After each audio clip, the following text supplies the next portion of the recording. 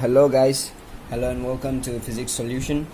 So guys, we are back again with another question of class 12 NCERT Physics chapter 2 question 2.4.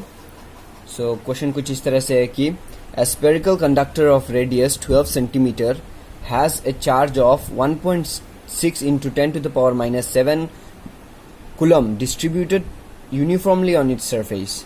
What is the electric field inside this? यहाँ पे 3 part दिया गया है इस question में. हम लोग को फाइंड करना है electric field inside the spherical conductor outside, just outside the sphere and at the point 18 centimetre from the centre of the sphere. तो क्वेश्चन कुछ इस तरह से है. मैं फिगर बना के आपको क्वेश्चन समझा देता हूँ. सॉल्यूशन लिख लेते हैं पहले. तो हम लोग एक रफ स्फेरिकल कंडक्टर ड्रॉ कर लेते हैं.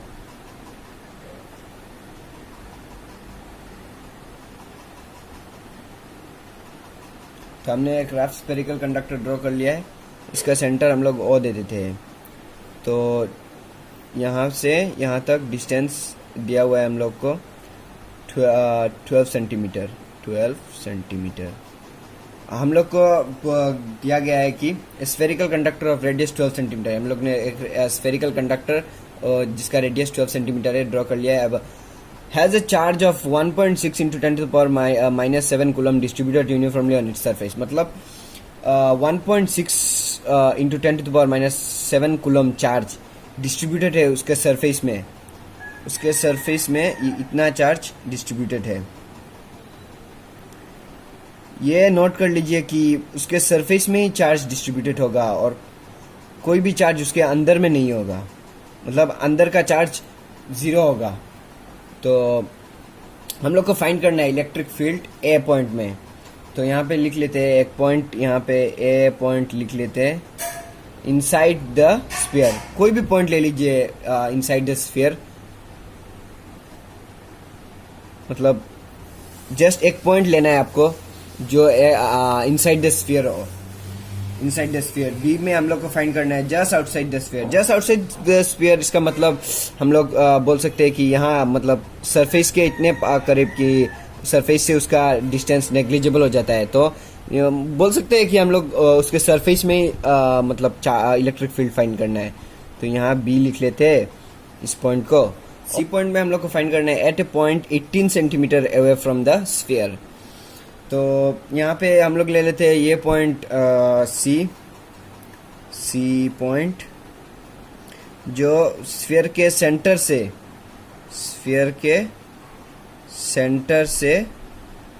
18 सेंटीमीटर अवे है. 18 सेंटीमीटर. तो हम लोग बोल सकते हैं कि स्फीयर के सरफेस से ये 6 सेंटीमीटर अवे है ये पॉइंट. तो वहाँ पे हम लोग को इलेक्ट्रिक फील्ड फाइंड करना है. तो चलिए सॉल्यूशन की ओर चलते हैं. पहले पॉइंट ए का आंसर दे देते हैं inside the sphere. Inside the sphere. Inside the sphere. तो इनसाइड द स्फीयर हम लोग को पता है कि इलेक्ट्रिक फील्ड फाइंड करने के लिए हमारे पास एक फॉर्मूला है जो है 1/4 pi epsilon naught Q by R square. तो 1/4 पाई एप्सिलॉन नॉट और Q चार्ज है. उस पॉइंट में चार्ज कितना है और डिस्टेंस बिटवीन द सेंटर और उस पॉइंट का. तो डिस्टेंस तो छोड़ दीजिए, पहले यह समझ लीजिए कि Q का चार्ज कितना होगा. मतलब यहाँ पे कितना चार्ज हम लोग को प्लेस करना है. तो मैंने पहले ही बता दिया था कि इस कंडक्टिंग स्फीयर में सिर्फ उसके सरफेस में चार्ज रहेगा और उसके अंदर में कोई चार्ज नहीं रहेगा. चार्ज 0 हो जाएगा. मतलब नेट चार्ज 0 ही होगा उसके अंदर में. तो अगर नेट चार्ज 0 हो गया तो Q यहाँ पे हम लोग को अगर 0 लिख दिया तो ऑटोमेटिकली यहाँ पे EF electric field is equal to 0 आ जाएगा. देयरफॉर ये हम लोग लिख सकते हैं कि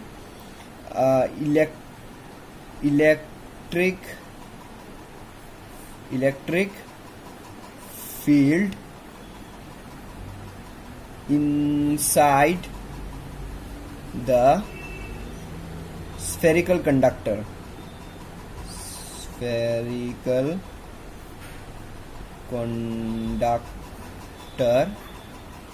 spherical conductor is equal to 0। तो अभी हम लोग बी की तरफ बढ़ते हैं। तो बी में दिया गया है जस्ट आउटसाइड द स्फीयर, तो लिख लेते हैं just outside the sphere, just outside the sphere.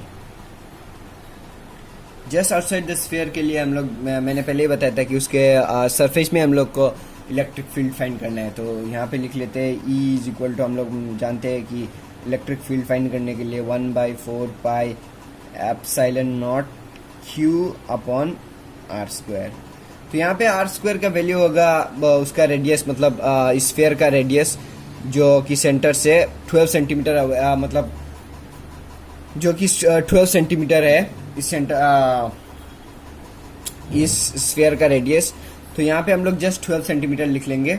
और Q होगा हमारा कितना, Q होगा 1.6 इंटू 10⁻⁻7 कूलम, जो कि मैंने बताया था कि उसके सरफेस के अलोंग, सरफेस और उसके बाहर के अलोंग होगा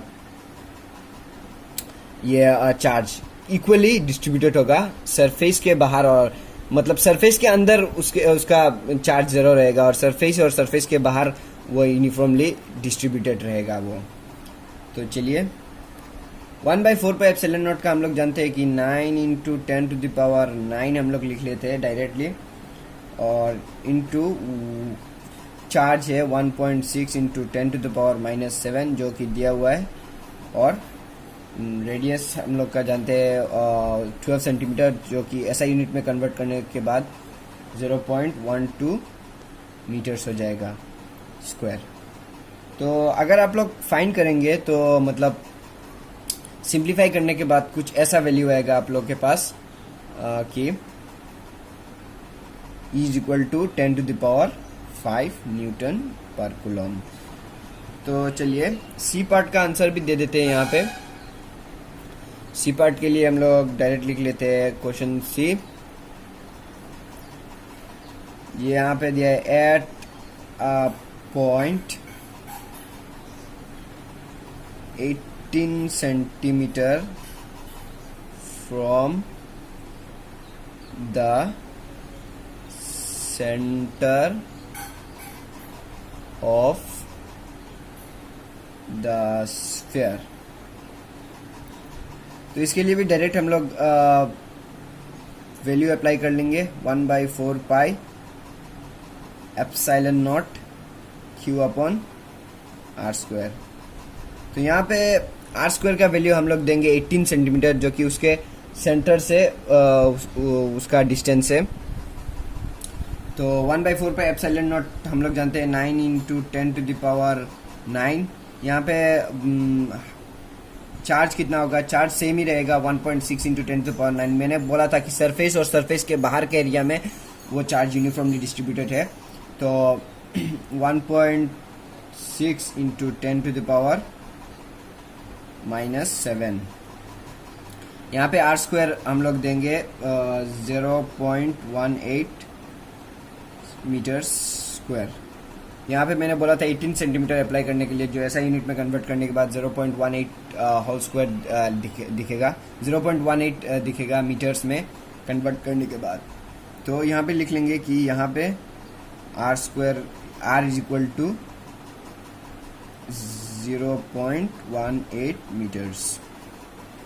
तो अगर आप लोग इसको सिंप्लीफाई करेंगे तो आप लोग को वैल्यू आएगा 4.4 इंटू 10⁵ न्यूटन पर कूलम। तो this is the required answer.